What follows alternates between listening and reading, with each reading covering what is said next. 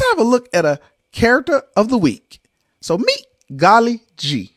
Golly Gee is the main antagonist of the Good Golly mini-story told as part of the 2018 horror film Tales from the Hood 2. Now, like all other stories in the film, it dealt with topics regarding racism and prejudice within the African American culture, and such. Golly Gee is a demonic gollywog, which is a type of racist doll popular in the 19th century America. Now, this story has two white siblings named Audrey and Philip, alongside their African American friend Zoe. They all go on a trip, and while Philip decides to rock climb, Audrey and Zoe visit a strange attraction known as the Museum of Negrosity, which acts as a memorial for racist propaganda and toys. But it is here that Audrey finds a gollywog doll named Golly Gee and becomes obsessed with it, strangely enough. I mean, this concerns the owner of the museum, who reminds her of how these dolls were used to aid in racist oppression.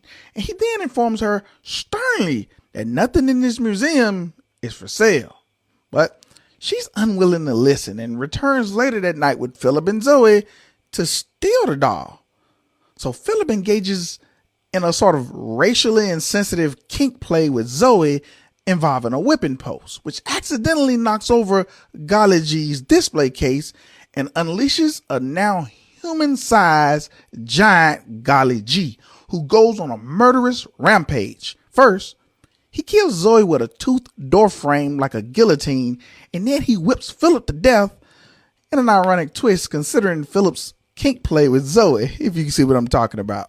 I mean, this is when the weird stuff happened, because despite the brutal murder of her brother and her friend, Audrey remains weirdly obsessed with Golly Gee and even embraces his monstrous form, expressing her desire to stay with him and telling him that she even loved him.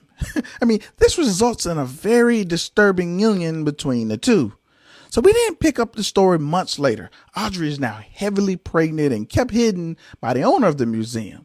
But while giving labor, she eventually dies in a gruesome manner when a whole bunch of gollywogs just burst out of her stomach. And then we later see the owner speaking with a small-scale Golly Gee, telling him that, how dare they call you a stereotype?